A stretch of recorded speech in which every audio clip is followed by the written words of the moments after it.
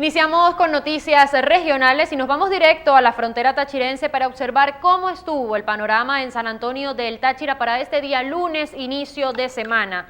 Ya se cumplen un total de 78 días de la cuarentena decretada por el gobierno nacional. En la frontera no aplica la fórmula de flexibilización 5+10, anunciada este fin de semana por las autoridades nacionales y que entra en vigencia en el resto del país a partir de este día. Por esta zona siguen ingresando cientos de ciudadanos a través del puente internacional Simón Bolívar, quienes son sometidos a los protocolos de bioseguridad y de aislamiento preventivo por 15 días. Hay una novedad que se presenta también desde hace algunos días y es que migrantes internos que se encuentran en las adyacencias de la Avenida Venezuela en San Antonio del Táchira están pidiendo también a las autoridades agilizar su paso hacia el PAS, punto de atención social de la aduana principal, para ser sometidos a los protocolos de bioseguridad y de aislamiento preventivo, que igualmente es por 15 días. Estos ciudadanos, en su mayoría, habían dejado sus estados para trabajar en la frontera durante el tiempo en el que los puentes binacionales estuvieron abiertos. Sin embargo, ante el escenario provocado por el COVID-19, deciden retornar a sus ciudades de origen. Bueno, a lo largo de estos días hemos observado el testimonio de muchos de ellos que aseguran estar pasando situaciones muy complicadas en la frontera y no están generando suficientes ingresos para poder mantenerse allí. El alcalde del municipio Bolívar informó y explicó a la población de San Antonio del Táchira el por qué esta zona fronteriza no está incluida en la flexibilización 5+10 decretada por el gobierno nacional. Él aseguraba que por ser frontera tenemos ventajas y desventajas. En esta oportunidad es necesario estar en estado de toque de queda y con las medidas que hasta el día de hoy se han establecido por el Ejecutivo Nacional y por el gobierno, por el Equipo Nacional de Bloqueo ante el COVID-19, las cuales buscan resguardar la salud de todos los habitantes de la frontera, enfatizó Gómez. La máxima autoridad local recordó el nivel de vulnerabilidad que hay en los municipios fronterizos y es por esto que se mantiene el toque de queda, las medidas de cuarentena allí en esta zona sin ningún tipo de flexibilización.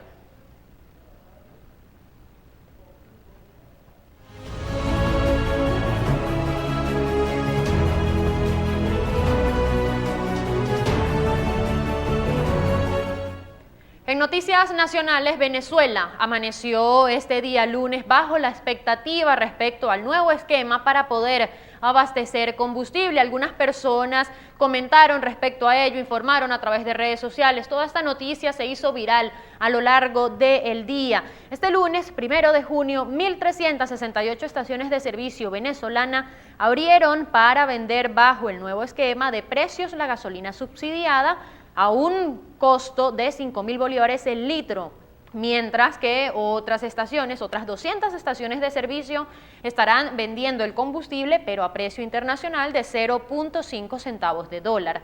Los venezolanos reaccionaron al nuevo esquema del precio de la gasolina en el país, con el que aumenta el combustible subsidiado y algunas estaciones de servicio cobrarán la tarifa ya internacional mencionada anteriormente. En algunas estaciones se registraron largas filas de vehículos en la espera de surtir combustible este lunes bajo la nueva modalidad de costos y suministros. Sin embargo, algunas personas aseguraron que esperaron por varias horas para poder abastecer, para poder llenar los tanques de sus vehículos y no les fue posible. Y es precisamente de eso lo que vamos a hablar ahora, porque en el caso del estado Carabobo se generaron largas colas de vehículos.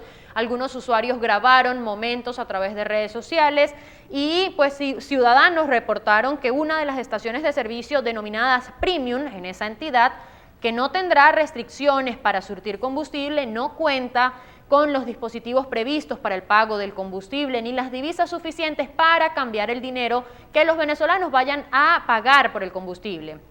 Asimismo, el jefe de Estado Mayor del Combustible en la entidad, José Parada, indicó que en las bombas donde no funciona el sistema biopago, la gasolina será ofrecida de manera gratuita mientras se solventa esa solución y todos son equipados.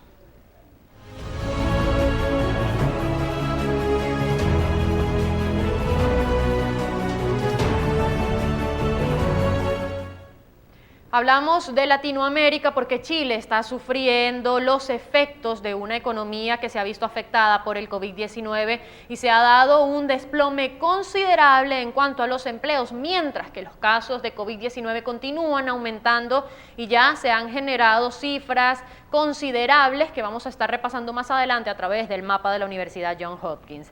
La actividad económica en el país se ha desplomado en un 14.1% en el mes de abril, en su peor caída desde que se tienen registros.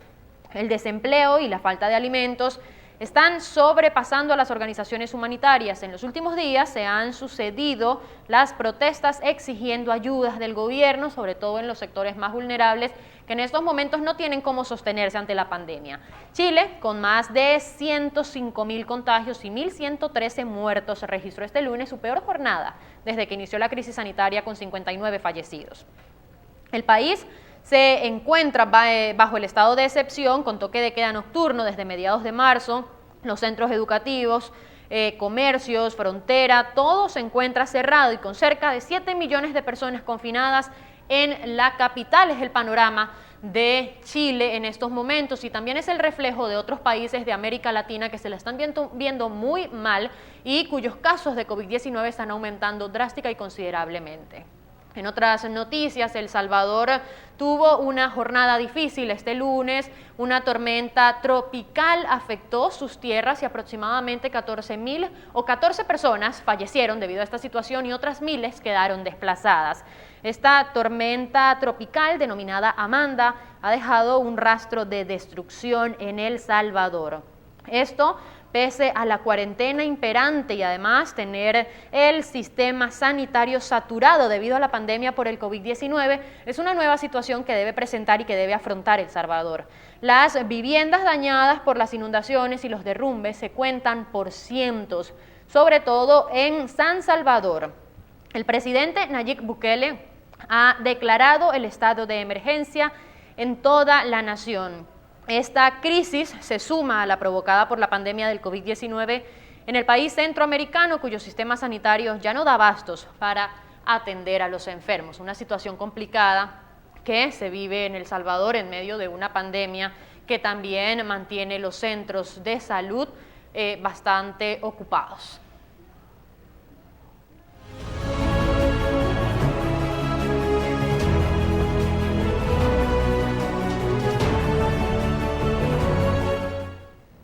Vamos a repasar algunos titulares. Trump invoca la ley de insurrección de 1807 para desplegar militares y resolver rápidamente el problema con los disturbios. Si una ciudad o estado se niega a tomar las medidas necesarias para defender la vida y la propiedad de sus residentes, entonces desplegaré al ejército de Estados Unidos y resolveré rápidamente el problema por ellos, anunció el mandatario. Esto luego de que se hayan suscitado algunas protestas por aproximadamente 7 días en algunas ciudades y estados del país. Brasil se acerca a los 30.000 fallecidos por coronavirus y acumula 526.447 casos confirmados. En las últimas 24 horas, el país suramericano registró 11.598 contagios. Según la Organización Mundial de la Salud, ya América Latina ha sobrepasado el 1.000.000 de contagios. Argentina registra 15 nuevas muertes por coronavirus en las últimas 24 horas y llega a un total de 556 fallecidos. El Ministerio de Salud reportó además otros 564 casos positivos en un día. Colombia registra más de 1.000 casos de coronavirus en un día y ya supera los 30.000 contagios. La cifra total de fallecidos por la enfermedad COVID-19 se elevó a 969, de acuerdo con el Ministerio de Salud de este país. Liberan a 5 personas y continúan la búsqueda de los demás tras el secuestro de 10 policías y 2 civiles en México. El jueves 28 de mayo, los miembros de la Policía Estatal de Colima acompañaron a un grupo de inversionistas nacionales del aeropuerto de Manzanillo al municipio de La Huerta, en el vecino estado de Jalisco, y fue cuando se presentó esta situación. Trump dice desplegará al ejército si ciudades de Estados Unidos no detienen los actos de violencia. Ya lo repasábamos con más detalle en algunos titulares anteriores. Ecuador autoriza reglas para reactivación económica tras 11 semanas de confinamiento estricto. Ecuador autorizó el lunes reglas para avanzar con cautela hacia una reactivación económica tras 11 semanas de un estricto confinamiento por el coronavirus y luego de que el gobierno anunciara que el avance de la enfermedad está siendo controlado. Tiempo atrás, Ecuador se vio fuertemente afectado por el COVID-19, sobre todo en Guayaquil y en la provincia de Guayas. Fue la más tocada por esta pandemia. Largas filas y confusión mientras Venezuela vende gasolina iraní bajo nuevo sistema de precios. Venezuela empezó a implementar el lunes un sistema de precios del combustible que revierte en gran medida la política de fuertes subsidios que imperó por décadas en el país, dejando largas colas y conductores confundidos mientras el gobierno busca poner fin a la escasez con gasolina importada de Irán. Organización Mundial de la Salud quiere buenos lazos con Estados Unidos pese a decisión de Trump. Obama condena violencia en protestas de Estados Unidos, alaba a quienes buscan cambios pacíficamente.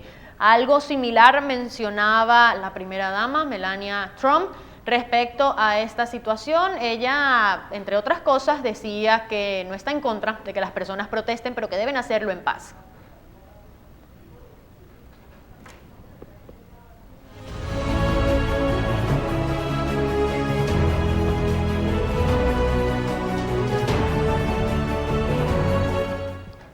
Vamos a repasar las cifras, cómo cierran para este lunes los números en el mapa de la Universidad Johns Hopkins.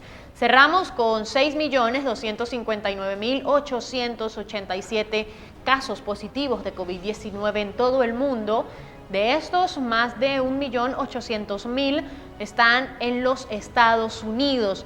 526.447 casos positivos ya hay en Brasil, el primer país de Latinoamérica en reportar un caso positivo de COVID-19 y el que actualmente tiene la mayor cantidad también.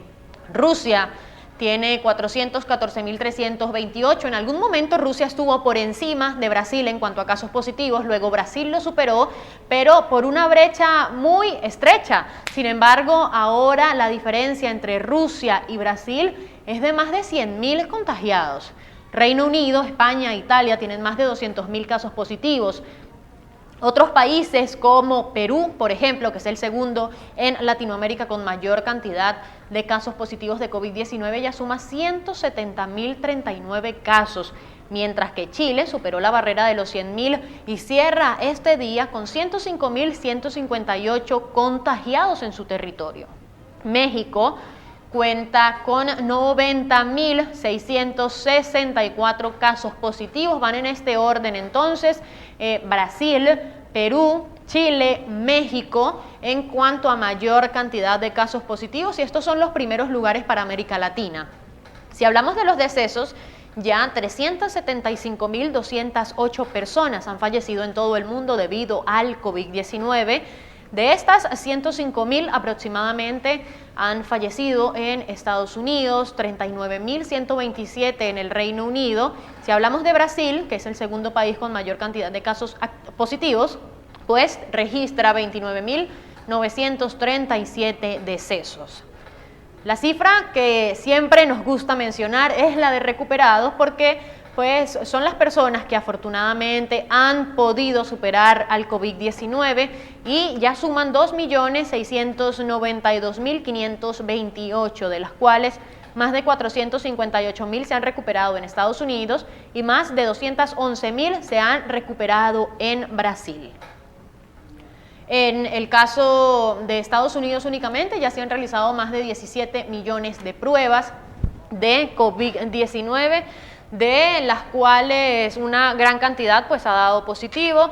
Sin embargo, también hay un número importante de personas que se han podido recuperar del virus. Estas son algunas de las cifras que nos deja el mapa de la Universidad Johns Hopkins. Así cierra para este día lunes. Yo soy Gabriela Mayilbray, ha sido para mí un placer acompañarles. Los invito a que continúen con la programación regular de Televisora del Táchira. Recuerden nuestras redes sociales, @noticias TRT para Twitter, @noticias_TRT para Instagram. Hasta acá el resumen informativo Prevengamos el Coronavirus y también hasta acá la emisión estelar de Noticias TRT.